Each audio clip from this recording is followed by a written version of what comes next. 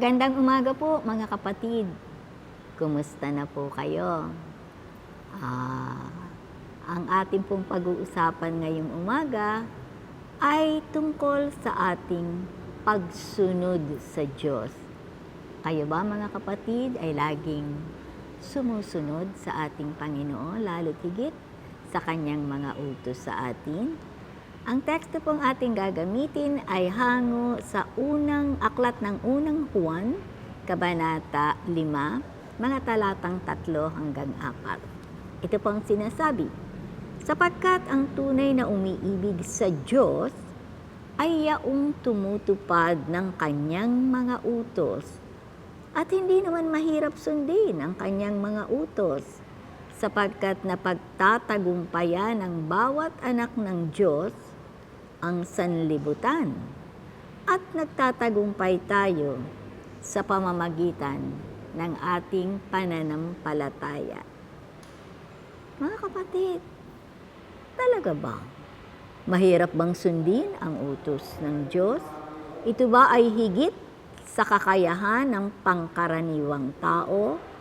O ito ba ay pabigat para sa atin? Bakit ba may mga tao na nakikita natin na para bang hirap na hirap sa pagsunod sa kanyang mga utos? Sa ating talata ngayon, sinasabi ni Juan na hindi mahirap sundin ang utos ng Panginoon. Ipinakikita ni Juan na ang Diyos ang nagbibigay ng sigla at pag-ibig sa ating puso.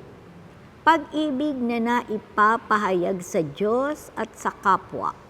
Hindi maaaring sabihin na nagmamahal sa Diyos at wala ka namang pakialam sa iyong kapwa.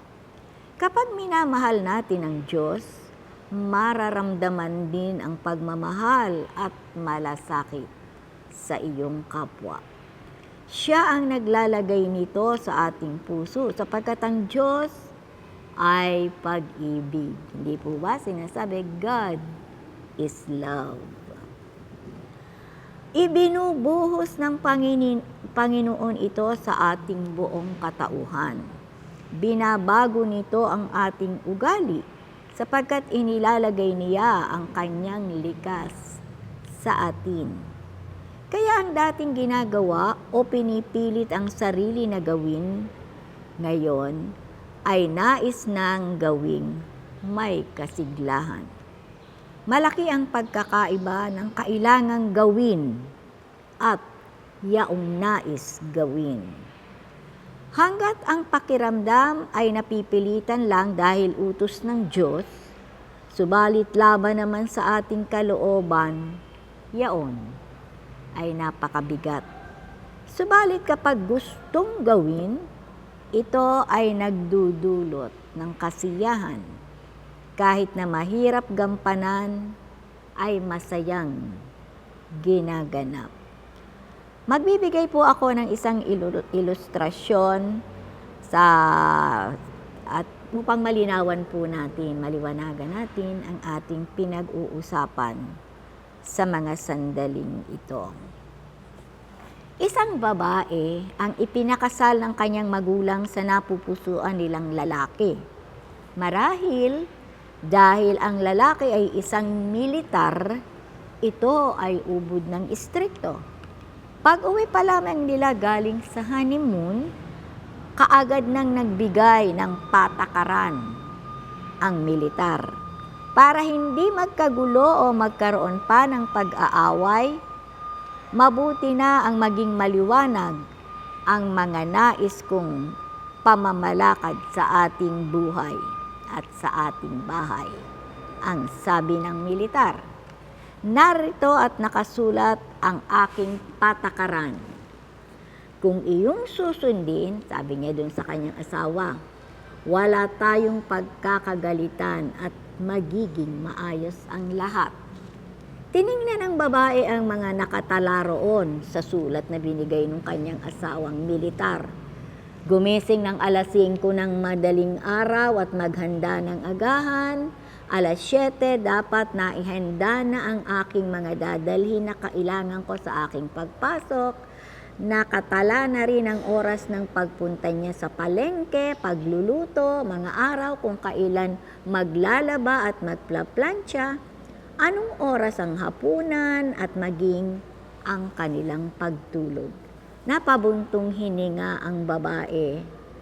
Para ba siyang tumutuntong sa numero? Marahil, dahil nga isang militar, pati asawa ay minamanduhan at inaasahang sumunod sa kanyang patakaran. At di lamang kakaunting pagtitiis ang dinaranas ng babae, sa kaunting pagkakabisala o pagkakamali, ito ay hinihiyawan at may ilan na ding pagkakataon na nasasaktan ang kaawa-awang babae. Nagtiis ang babae at tinanggap ang kanyang kapalaran, at upang matahimik ang kanilang pagsasama, pinagpipilitan nito na matupad ang lahat ng ninanais ng asawa.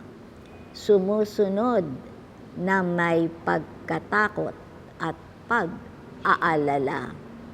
Subalit pagkaraan ng ilang taon, ang lalaki ay namatay. At sa pagdaraan ng ilang taon pa, dumating ang isang lalaki sa buhay ng babae. Dahil nadala sa unang pag-aasawa, hindi kaagad tinanggap ang lalaki.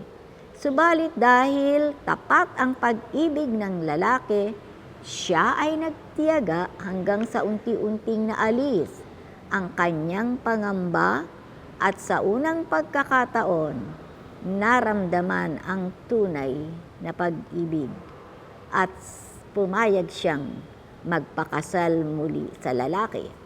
Naging napakaligaya nila. Isang araw sa paglilinis, natagpuan ng babae sa kanyang tukador ang isang papel. Ito ay ang mabigat na patakarang utos ng kanyang naging unang asawa. Binasa niyang isa-isa. Pagkaraay napangiti at iiling-iling siya. Ang sabi niya, ito rin ang halos ginagawa ko ngayon. Subalit, bakit hindi ko nadarama ang kabigatan?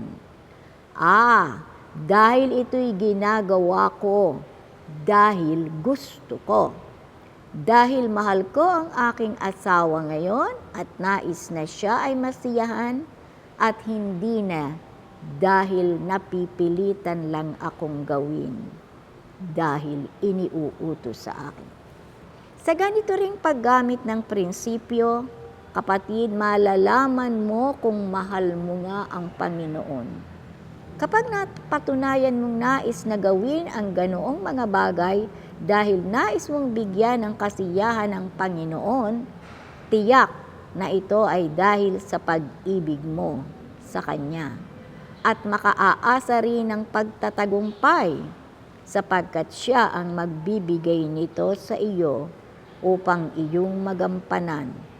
Ito ang napatunayan ng unang mga alagad ni Jesus, kaya naibabahagi sa atin. Sila ay sumusunod hindi dahil sa takot, kundi dahil sa pag-ibig at pananampalataya. Tayo po'y manalangin. Kahanga-hanga ang pag-ibig mo, Amang Diyos na banal. Salamat po sa nag-uumapaw na pag-ibig na iyong ipinakita at ibinigay sa pamamagitan ng aming dakilang tagapagligtas at Panginoong Jesus. Nais po naming gawin ang iyong kalooban at sundin ang iyong mga utos, sapagkat mahal na mahal ka po namin, aming Panginoon. Tulungan at turuan po ninyo kaming palagi na makasunod sa inyong mga utos. Sa pangalan ni Jesus. Amen.